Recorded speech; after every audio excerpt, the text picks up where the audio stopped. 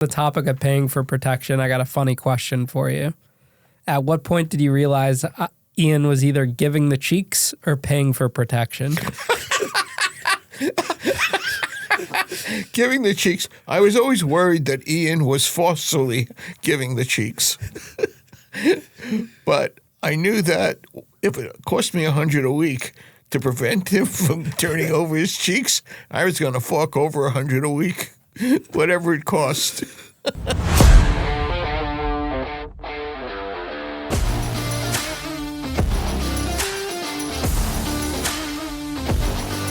I couldn't think of a more fitting guest than my dad to join me on the show as we celebrate 1 year of the podcast and our milestone 100th episode of Locked In.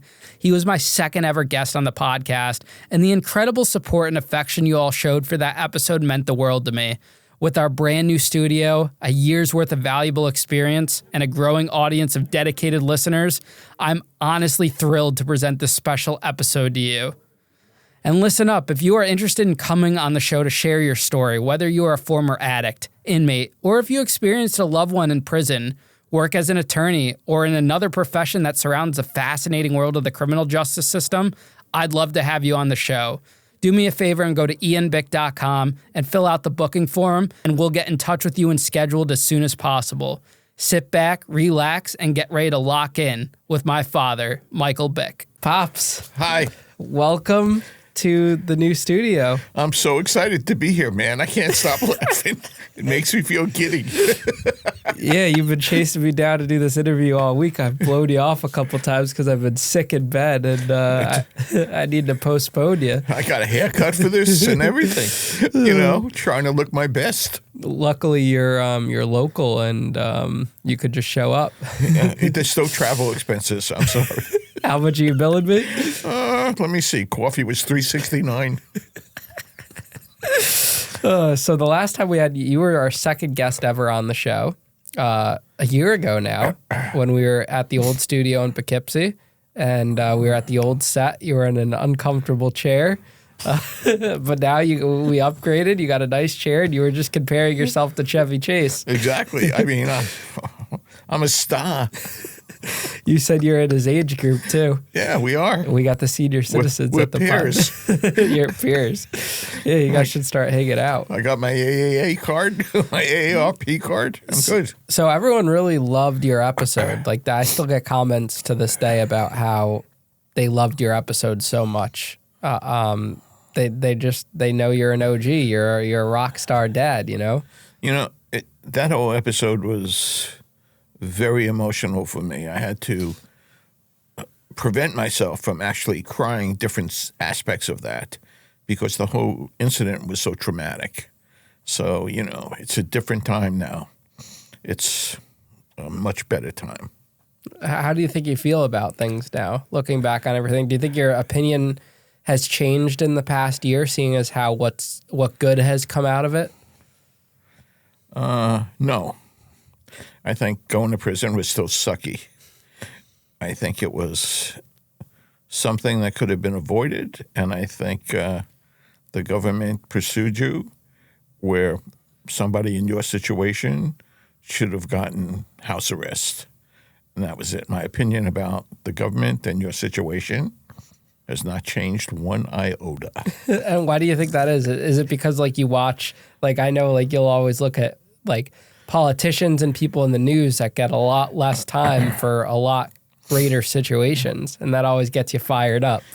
Sometimes I can't watch it. Your mother said, let's just shut this off, because I get on a rant about how fucked up the government is in the justice system, which is really the unjust system. It's not justice. It's only justice for people who have tons and tons of money. Yeah. Everybody else, doesn't matter. White, black, Hispanic, no money, you're fucked. I think, and that's something I've definitely realized too when I watch the news, because I always get pissed off seeing some cases. Look at the Sam Bankman-Fried case. Oh. How he was out. He eventually got caught. He's fucked now. But just being on bond and all those accommodations with his parents and this and that, they would never do that for anyone that didn't have that kind of money and power. Yeah. Forget that's Sam Bankman. Forget that. Look at our present Republican nominee, not nominee yet. The shit he says, the shit he does. If it was you and I threatening somebody, we'd be locked up. Well, yeah, and you know, politics aside, let's put it into perspective. They literally were trying to revoke my bond over posting on social media, and I think this is very important to cover. And this is all politics aside, but when you compare Donald Trump's case to my case, they banned me from social media. The federal government banned me from social media, saying that I would tamper with witnesses. So exactly what Donald Trump is doing now, they said me, an 18-year-old kid at the time, would do. They banned me, and they almost put me in jail. I wasn't allowed on social media for a year during my case, and tried to put me in jail multiple times for trying to circumvent that and go on social media. You know, all politics aside, he's a rapist, and they were trying to close down your club because young women were running around in sports bras. Yeah. In your club.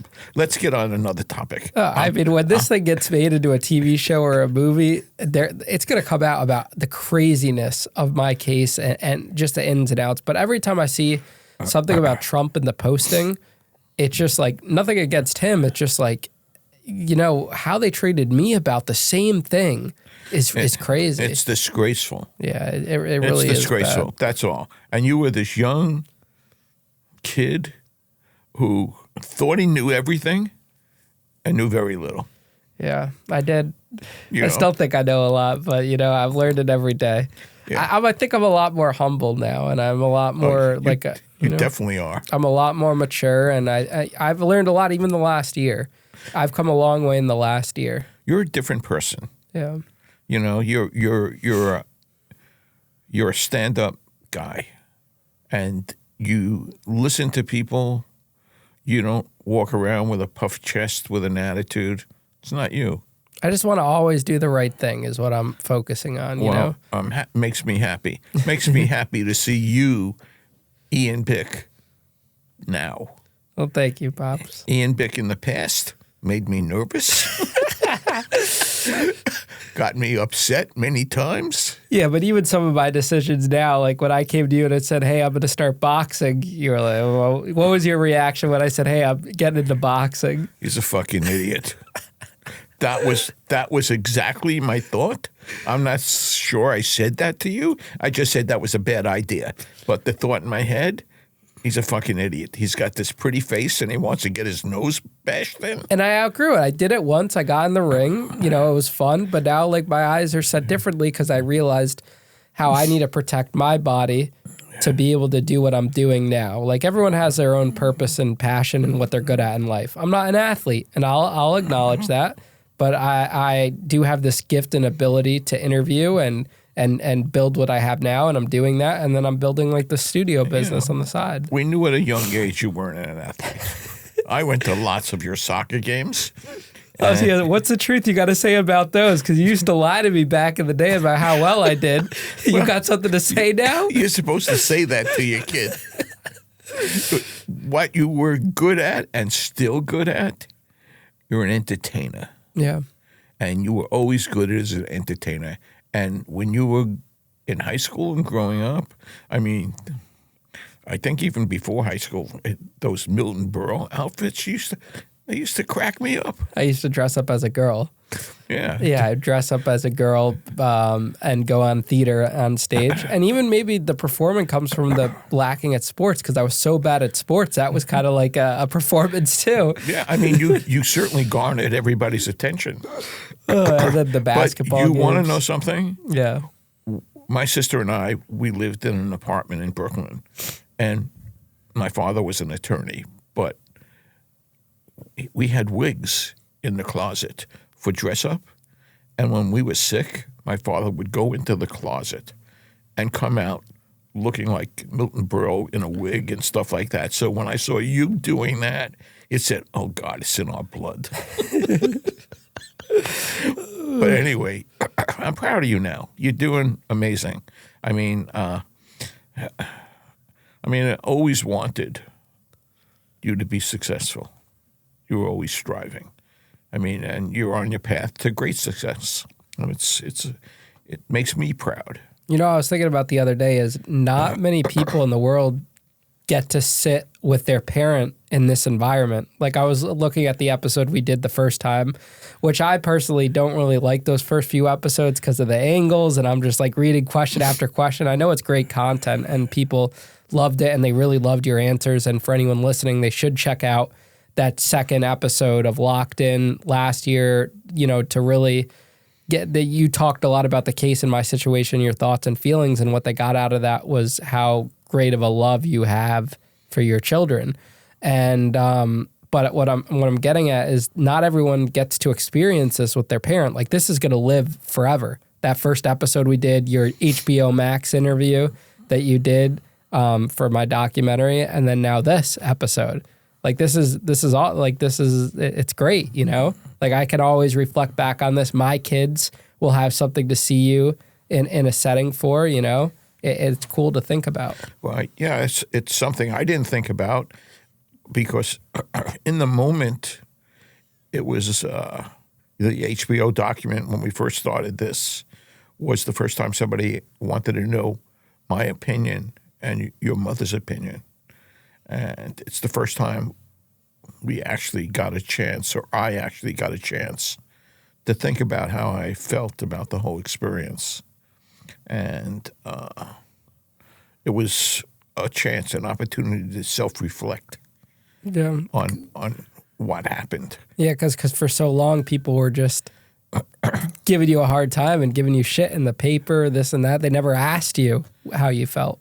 Yeah, well, you know, I didn't care. I never cared about press. You and I feel the same way. Bad press is good press, and good press is good press. It doesn't matter. There's no such thing as bad press. Yeah, so it didn't matter to me. I mean, those things. It mattered more to your mother when she saw our name in, what she thought about the neighborhood, what they thought. My whole life, I never cared about what other people thought. I just did what I needed to do. You know, it is something fun on the topic of press is that we talk about press. Danbury News-Times was so quick to write a bad article about me. Everything, every arrest, every liquor violation.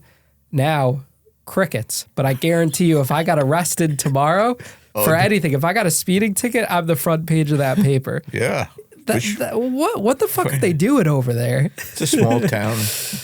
It's a small town, and they need sensationalism. Yeah. And success is not about sensationalism. Somebody's success doesn't really matter. And that applies to the criminal justice system, that we're never, you know, focusing on the good people do after they come out of the system. And there's no follow-up. Where's the follow-up? If someone gets arrested, we look at the bad, you know? We don't look at the good. It's amazing, because of your show, how many people have come up to me and told me about their child's story or their father's story and said, it would be great. And I said, well, call Ian, contact him. It's a great story. A recovery story is the story of the future. People need to recover from the tremendous impact any kind of addiction or prison term has on a person. I'm still amazed at how you have come out of your situation. You went in a young boy in the scariest possible situation. I was worried for you every day. I just couldn't imagine what that would be like. And, I mean, I just saw that picture of you the other day that came up. I looked at you, and I said, oh, my God. It hurt my heart. But did you also know that you helped me get that cell phone? I did. I helped a great deal.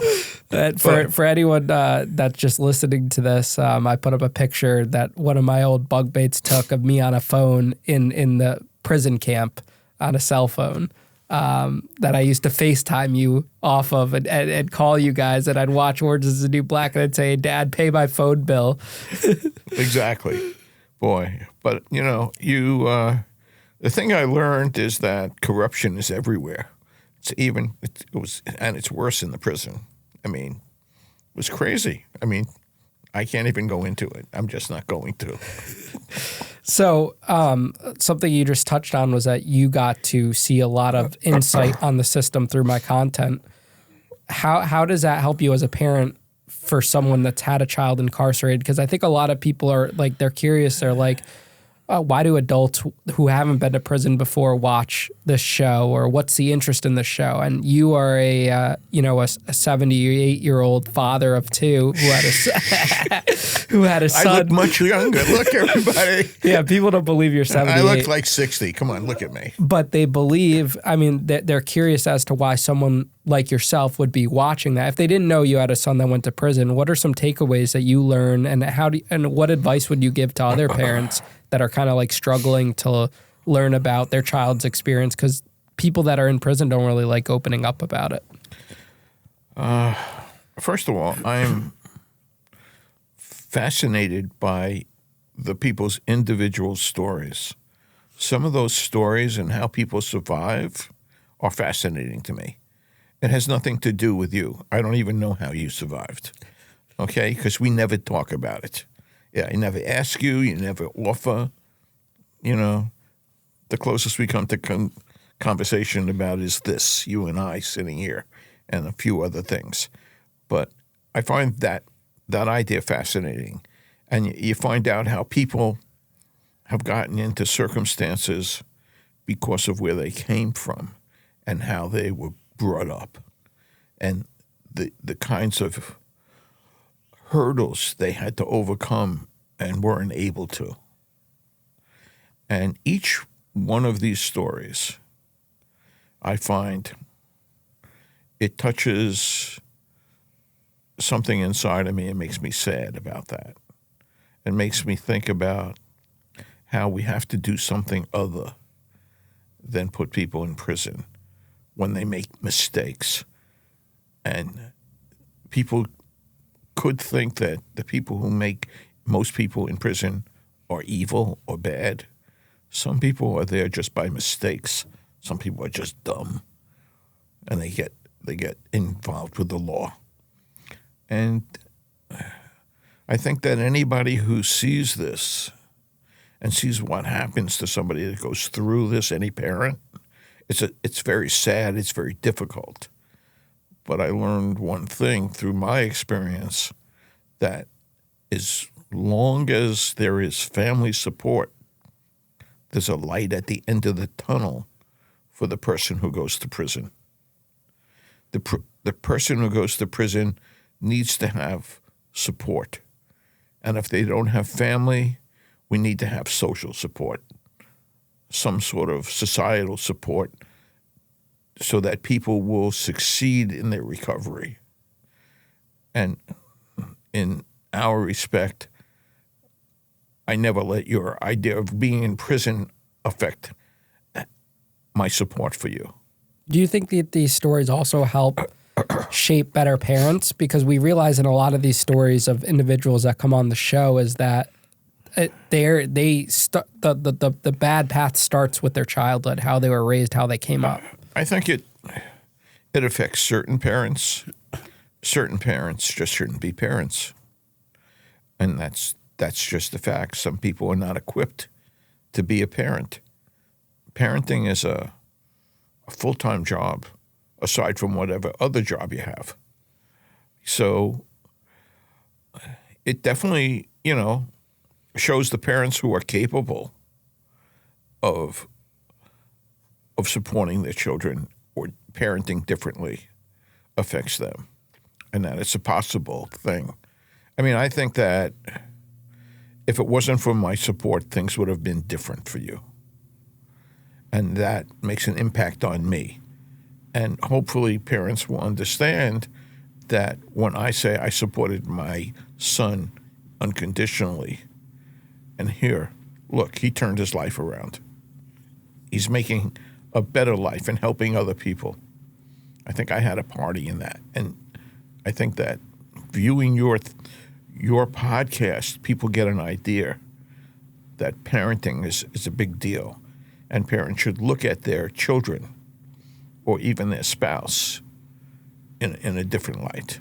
Do you think people's perspective of you, of our family, and of me have changed now that the podcast has become like a success in a way where it's out there? These videos are going viral. They're getting a lot of views and attention, and like having people like Chevy Chase and Brandon Novak and these famous celebrities on the show, do you think that that's starting to change the stigma of how they perceived it? I think it's starting to change your stigma. I don't think it has much impact on me. I mean, people thought about me one way or the other. You went to jail, they felt sorry for me. Some people said what kind of shitty parent you were. I mean, it all was the same. I think the people who thought I was a shitty parent thought I was a shitty parent. If I had done better parenting, you wouldn't have gone to jail. I mean, I think those people haven't changed one bit. I think that the change is seen in what you've done, not in what I've done. Yeah, but I wonder if like people are less, you know, they're more hesitant to approach you and say something negative now when they see the success come from it. Well, I haven't gotten any negative approaches recently. Well, that's good. You know, so I could say, yes, it's gotten better. I mean, when you first were in the newspapers, somebody would say, oh, you are the parent of the criminal? And I'd say, I'm the parent of Ian Bick. What the fuck is wrong with people?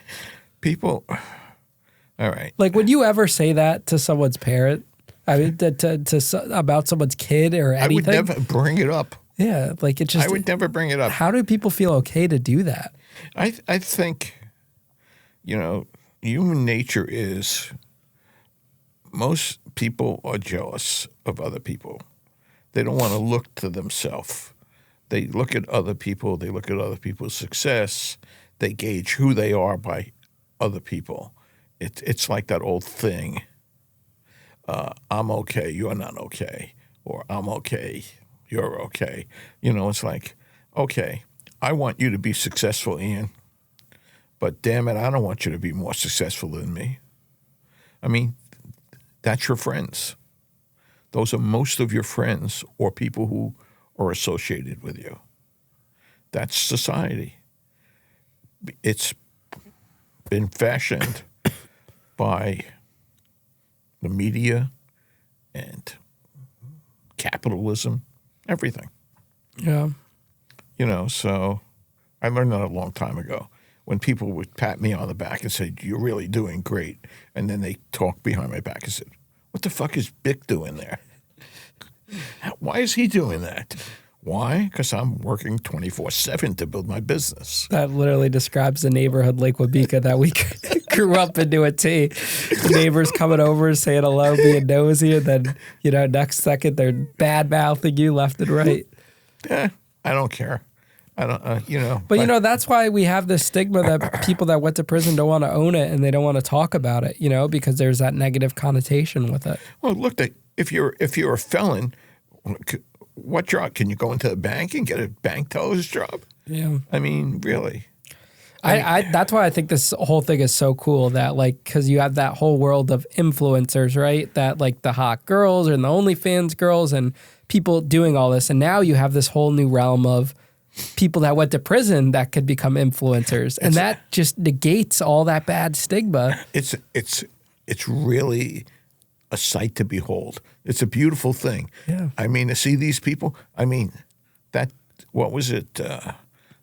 That Unique fella? Yeah. That guy has a podcast with a huge following, right? I mean, look at JD. Yeah. You love JD. I love JD. JD DeLay, he loves you. Doesn't he have 1 million followers now? Yeah, on TikTok, he's got 1,500,000 on YouTube. Yeah, I mean, that guy, he's a good part of my life now. Yeah. He's a great guy. And he loves me, he loves you, but those they have a lot of power. He has more power than certain, in the sense of reaching people, than certain politicians. I mean, the way you people, podcasters could influence people. I mean, look at Rogan. Look how many people he has and how he influences people. Yeah. I mean, the podcasters, the media is very, very strong. But people never thought that the people that went to prison would have that influence too. And that's what's the exciting part about it. That's probably scary too. Yeah. It's probably scary for some people. Yeah, well, it's a new world because then you have like the politicians that are hesitant to get involved with individuals like us about that. And that's going to start to change. Didn't some local politician blow you off? Yeah, I reached out to Johanna Hayes and from Waterbury, and I said, hey, I'd love to make my platform available to you to use, you know? And they wrote me off, said they wouldn't even take a meeting with me. Well, that's going to bite her in the ass. Well, you know what? Another 500,000 people should be knocking at your door. No, but like, why write someone off like that just because I went to prison? You know, I can't do good because I went to prison. There's a stigma attached to that. You know, let's not be naive, Ian. Yeah. No matter how successful you are now, there's still a stigma. But we're going to change that. That's my goal. I hope so. We're going to be knocking down those doors and we're going to push this thing to the limits. I hope so. I'm proud of you. How does it feel to be episode 100? Can you believe I've done 100 episodes already? I said that to your mother the other day. I said, I can't believe Ian has 100 interviews already. I said, that's unbelievable. And I said, well, he only has 99 because I'm going to be 100. Now it's 100. Well, I've come so far as just like as an interviewer. I think that the appropriate thing to do is when I get to be 100, we do another interview. So you want to be out of there? Well, hopefully we have you on before then. I got to wait 20 years to I can interview you again? Well, I just think so. You know, it'd be, oh, my dad did the 100th episode and now he's 100. It's kind of cool. And now we're going to 3 episodes a week and we're doing different things. And it's cool to have episodes like this where it's not necessarily about someone's story, but it's a big part of the show. It's a big part. It's meaningful to our listeners because they got a better insight of like who I am. I love this. I mean, sitting here and chatting with you about this stuff is wonderful to me. I mean, I just absolutely love it. I couldn't imagine. I mean, I don't see you that much. Oh, we hang out a lot, Pops. This is the longest I've talked to you up and back. I know. The holidays, we hung out all Christmas Day together. We watched some movies. We did. And you got Boone. Yeah, I got Boone. Yeah. Boone is the benefit. Yeah, a lot of people that follow me on Facebook and Instagram know Boone, our dog. He's the best. Well, he lives with me now. We got to bring him on the show one day. I'm going to bring him here. You guys could start hanging out in the studio, watch some TV or something. Yeah, I mean. You could hang out in here. I'll come here for the Super Bowl. That's your plan? Well, the barbecue place is going to be closed that day. It's only takeout or advanced orders or something like that. I don't like that place anyway. Okay. I'm sorry. So we got listener questions for you. I put up a post and people had questions for you as my dad. Can I take the 5th? No, you can't take the 5th. There's nothing that could incriminate you on this. So our friend Stephen O'Connor, of course, who was in the documentary, is my dear childhood friend. He wants to know whether or not you think life would have unfolded the same way if me and him had never met. No. I think it was meant to be. I think you would have gone in this path whether you had Stephen or not. And Stephen wasn't your fault, kiddo.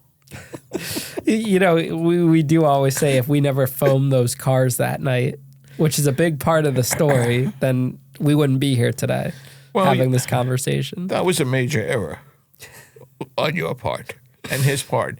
And you guys, you have an important childhood friend. So it's you can't look back and say what it would be like, because who knows? If it wasn't Stephen, it would be some other schmagegi kid that you hooked up with, because that's who you were. You attracted people like Stephen. The misfits of the world. I don't call Stephen a misfit. It's not a bad thing. I call Stephen an unusual kid, man.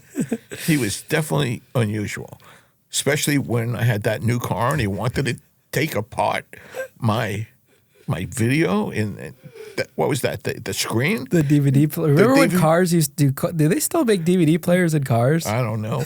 But he was trying to take I said, don't you fucking touch that.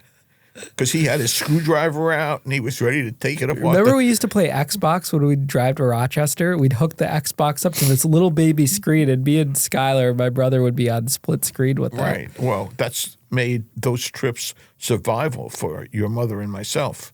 If it wasn't that, it was cartoons we played in those things. That was another question. People wanted to know how Mom feels about this, if she's still involved with us, because she doesn't come on the show. We don't really talk about her. They just want to know like a general sense of where Mom is. She's very interested and she's very proud of you. Mom doesn't. She watches an occasional podcast, but she's always busy. She has stuff that she's doing, so she doesn't really have a chance like me, who does nothing but watch podcasts. Yeah. I mean, but she's very interested, and she's very proud of the person you've become. We got her attention when Chevy came on. Absolutely. And her family, because she would tell her family, oh, Ian started a podcast, this and that. Everyone was kind of laughing. And then when she put in their family group checks, look who he just interviewed. Yeah, I think she also sent a picture of Sylvester Stallone and you. Mm-hmm. And I told her about the Jackass guy, but I think she may have mentioned it to her family, but she said, who is that? Yeah, 2023, quite a year. Sylvester Stallone, Chevy Chase, Brandon Novak, Mike Tyson. Oh, yeah. Yeah, Mike Tyson, man, he sent me a box of edibles the other day. Really good. Those gummies, the Tyson bites. Yeah, they were all different colors, the containers. Were they all different? All different. There's three flavors. All different purposes, or just? No, there are three different flavors. They're to mellow you out? Yeah, they help sleep at night. I haven't tried them yet because I've been sick this week. I didn't want to mix it with the NyQuil. Yeah. Get all loopy, but. I totally understand. I mean, with all the medication I take, I can't take any of those things. So you don't want to get high? Not a question of wanting to get high. It's just that how they operate with some of my medication. Gotcha. People want to know about the parties from back in the day, at our house parties. What do you think of them? The house parties I used to throw, those wild some people, when I talk about that, they don't believe there was actually 300 or 400 people at the house. You want to back me up on this one? I never did a count, but I knew there were more than 26 that were on a guest list. You would hand me a guest list, and there would be 26, and you'd say maybe 30. Okay? After there were 200, I knew you were a liar. No. They were great parties. There were big parties, and they were your mother was very stressed out about it because I was in the event business. I wasn't that stressed out about it, but I was more concerned about kids drinking, and I did my best to supervise that. I mean, I'm sure you guys got over on me many times, but whenever I saw it, I made sure I confiscated it. But you did have 250 coming. I mean, the police periodically showed up by the neighbors calling them, Bick's having a party. So the police would show up and ask me, and they would ask me if I had a problem. I said I didn't have a problem. Only one time I said there were some people I don't know who they are. They weren't invited, so they left. But otherwise, except for the amount of people, it was pretty sedate. You got to tell the story about the weed incident. It's literally iconic. All right. Well, that gives insight into me now. Okay. I was walking the property as I normally do. And in the far corner of our property, there were these 3 or 4 kids getting high. And they started to put it away. And I said, listen, if you're going to smoke, make sure it's good because you're smoking some real shit. So don't smoke that on my property. And that's basically all it was. It smelled bad. It wasn't that great. And I knew. From past history. You're an OG, Pops. Well, I like my marijuana. You know, one day we have to have you on the show to talk about some of your crazy experiences. No, we don't. There's no statute of limitations, Pops. No, we don't. I mean, they're all expired. We got to get you telling some crazy stories. No, we don't. Because I get it from somewhere, you know? So what do you think about the concept of paying for protection in prison? And did you realize that by you sending me money, you were essentially helping me to navigate the prison system? I think it was a necessary evil. There was nothing else I could do to keep you safe. And if it only meant money, that's what I was going to do. We were lucky that I was able to give you money. The fact that you need to buy protection in prison is crazy. You're there. At least they should give you a safe environment. But it's not. And, you know, I knew it was for protection, and I did my best. And that's what it was. Every time you called me, I knew you had a damn good reason why you needed the money. You know, and I don't. When you first went into the SHU at Fort Dix, I don't know if I told you this story. What about the guy calling you, tried to extort for money? Guy called me via Facebook. And he said, you know, Ian's in the SHU and da-da-da-da-da-da. And, you know, when he gets out, he may not be safe. And, you know, we could help him out with that, you know. Yeah. And I said to him, you know you're on Facebook? I said, how stupid are you? I said, I'm not going to give you any money. I said, you're lucky if I don't fucking report you. And then he hung up. And then a little while later, some other stupid idiot did the same thing. I said the same thing. I mean, the fact that they would get on Facebook and try to extort money from me, I mean, that. Of course, they had no other way of contacting me, so that's what they did, but it was stupid. But, yeah, I think it's disgusting that you have to have protection in prison. Did you think it was like in the movies? Is that what you were comparing it to? Because you've watched like a lot of prison shows and movies. I had no idea what it was like. I just imagined it was terrible. And I imagined that my young kid was going to be in trouble at some point in time. I had no idea that they thought you were a sex offender when you walked in. Who knew? You were like my kid. You were not a sex offender, you know? Yeah, because I was never really in the TV shows. There was no talk of chomos or this and that. But that was a whole new world. I didn't know about your experience as a sex offender until like 2 years after you came out and you started to talk about it. Well, you know who ruined it for everyone? Jared Fogle. He gave all the guys with the glasses a bad name, the young-looking guys. Yeah. Well, all I know is that, you know, I did what I did to keep you safe. And do I think it's a disgrace? Yeah, I think it's a disgrace. Someone on the topic of paying for protection, I got a funny question for you. At what point did you realize Ian was either giving the cheeks or paying for protection? Giving the cheeks. I was always worried that Ian was forcefully giving the cheeks. But I knew that if it cost me $100 a week to prevent him from turning over his cheeks, I was going to fork over $100 a week, whatever it cost. Oh, man, that was a great reply from you, Pops. See, most parents wouldn't have been able to take that one seriously. I mean, there is that connotation about giving the cheeks and dropping the soap, but you've heard that before. I've heard dropping the soap, but giving the cheeks, great. That's now emblazoned on my brain. Someone asked, what future did you imagine for me when I was born? When you were born? Yeah, in general. Like, did you have a future plan for me that you imagined? Yeah, I hoped that you would, maybe it's every parent's hope, that you would do better in life than I was doing. And that's what my future. I looked at your future as just doing better, not any particular path. I mean, I thought you would go to college possibly, but I didn't think, I didn't go to college for what I do. I mean, I went to college for my previous life, but not my present life.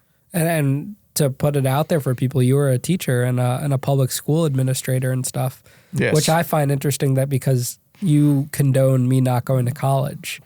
Well, I think I condoned you not going to college because of what you wanted to do, and I didn't think college would teach you anything in your career, that you were better to go out and be an apprentice or just going for it. I mean, when I graduated from college with a liberal arts degree. With that degree, I had to go to graduate school or something. So I wound up going to teach in New York City school system. Even after I got my master's in education, that didn't teach me anything about teaching. There wasn't one thing that I learned in college that was useful in teaching. And that's the truth. I mean, you can go be an apprentice and watch a couple of teachers, and if you have a flair for teaching, you'll be a good teacher. I mean, we were talking about before we started this that my brother is going to school for physical therapy or something like that, and he's taking calculus. Yeah, he's struggling with calculus. Who uses calculus this day unless you're an engineer? I mean, not one of those math classes I've used in real life. It's called AI and a calculator. If you ever even need that, you plug it in on the internet. Yeah. I wonder if that stuff will ever get outdated. I don't think so. Like, you think they'll always be teaching algebra and calculus? I think what it does, it stimulates your mind to think critically. You know, I think that I never thought I was going to use fractions when I was learning fractions in high school, but I use fractions every day. And I use those things, but I didn't need to learn algebra.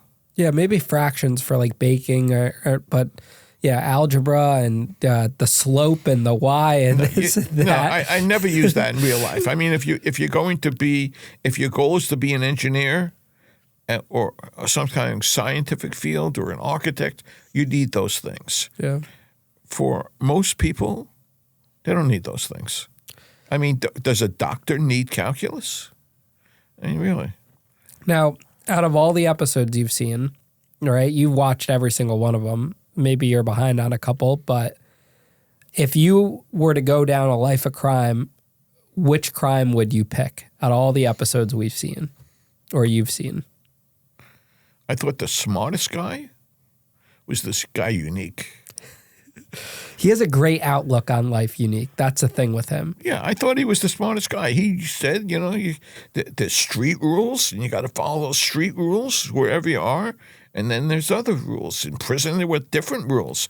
He was a very interesting guy. He gets a bigger picture. Yeah, and that was it. I think that's certainly one person that I thought. And what do you think was your favorite episode? there were so many good episodes. I certainly like I can't remember his name. The one's the comedian guy who became he was a drug dealer out and Johnny Mitchell. Yeah, I like Johnny Mitchell. Do you watch his podcast? No, I don't. He has a podcast. No, but I like Johnny Mitchell. I thought that episode I really liked. Yeah, it was. He's been on the show twice now, and I do his clips for him. Yeah, too. But that was a great episode. I enjoyed that. Those kinds of stories I enjoyed. The Rikers Island prison guard one was crazy too. That was crazy. It's always funny when an episode comes out. I'll call you the next day to call you about whatever. And you're like, "Hey, that episode last night was good, man. That guy was crazy. Did he really do that?" Yeah, I mean, and the other one who was the. Who recently, I can't remember. I don't remember people's names, forgive me. But he's the one that you were talking about. How was it like to stab somebody? And did they use a knife or did they die? Oh, the shot caller, the white guy when we were in the hotel in Arkansas. It wasn't on the podcast set, right? No, it was on the podcast, this last one. It was the one I keep jumping around to see different ones. But there was one that was really interesting. I think he had reddish hair. They were all very, very good. They were all have a good takeaway from all of them. But and of course I like JD. You know, come on, JD is my buddy. I doing that episode shirtless with him that first time. That's over 500,000 views on almost a 2-hour episode. I mean, if you want to look back and reminisce, I had so much fun doing Commissary Cook-Off, man. People are asking for it back. It was a lot, you know? It was a lot of work to put it together. Yeah. But it was... Those videos are you. I have them. I made them all private on YouTube because it doesn't, like, that's not the direction I'm going in, but I'm going to have those forever.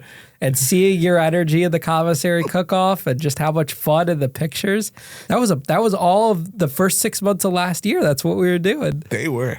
I mean, people ask me, you know, you're going to do a cooking show? And I say, no, I don't. I said, Pops, come on, we're driving to Hyde Park. And you'd be in the car ride and have the shenanigans and you'd start cooking the prison food. It was fun. It's hard to do continuously because you need different spins and different people. And it's about the personality. Like you have a personality, JD has a personality. It was good. But, you know, quite frankly, I was cheated in a lot of those episodes. You cheated? No, you guys cheated me. How did we cheat you? You won a couple. Yeah, but you won when you tasted it and said, well, if you didn't put it on a chip, it would have been better. You would have won.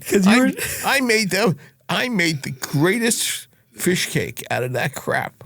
Out of the mackerel. The mackerel, and there was a tuna that I mixed together and made a good fish cake. If you were in prison, what do you think your hustle would be? And what do you think your favorite, like, commissary item would be?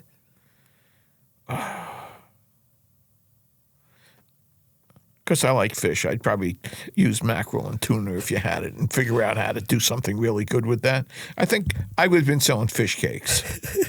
You know what's really good? You take mackerel, a tuna, some mayo, and then saltine crackers, salt and pepper. It's a great dip.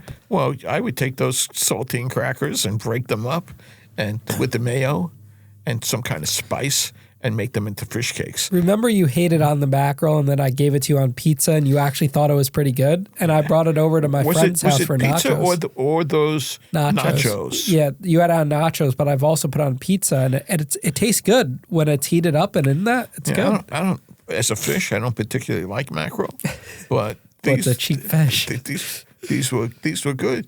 You know, somebody.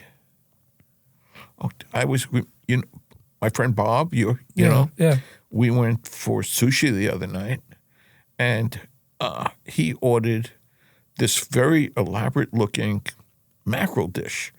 It was fried and it was done in an Asian-inspired design, slices of raw mackerel and fried mackerel.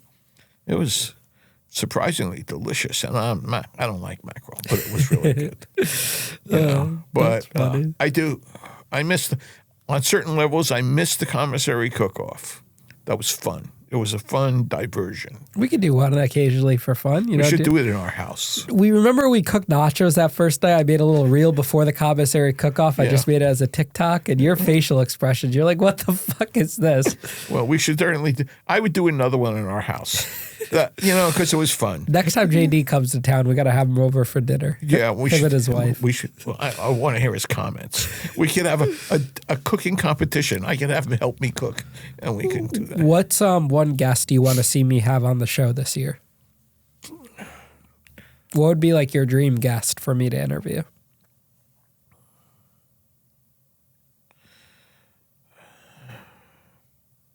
The guy who played Iron Man. Robert Downey Jr.? Yeah. You want to hear about his... I want to hear about his struggles and his turnaround. You know who else would be good on that note? The guy that was Tim Allen. Similar stories. Uh-huh. Tim Allen went to prison for cocaine. Well, I really want to hear that guy. And who else would I want to hear? Because I think his story has to be amazing. Have you heard about did you watch the Gypsy Rose documentary? Because everyone's been asking for her too. No, I'll watch that. You haven't seen Gypsy Rose is the one that she killed her mother? I didn't see that one yet. Where the mom was doing, the mom said that the mom was pretending that she was sick, the daughter was sick, Munchausen's disease. And Oh, then yeah. Okay. Yeah, she just got out of prison. It's a whole big thing now. Everyone's kind of starting to turn against her.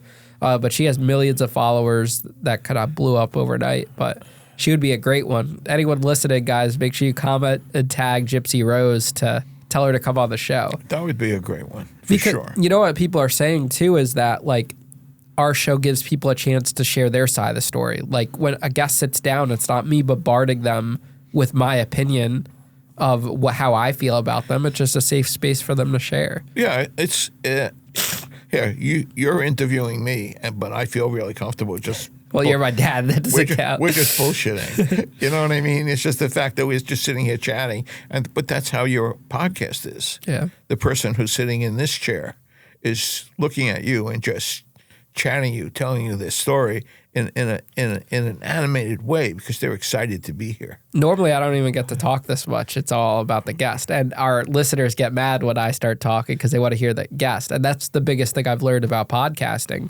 Let the guest speak. But in a setting like this is fun. Sit down, bullshit for a little bit, you know? This is different. Time flies, too, because then I'm not like sometimes I'll get a little tired. And it's not nothing against the guest. It's just like when you're listening and not being able to talk, you know? Yeah, but your technique is, I don't want to blow smoke up you, but your technique is very good. Is there anything left unsaid that you want to say about the entire situation or about, what's come from it or anything you just want to say in general?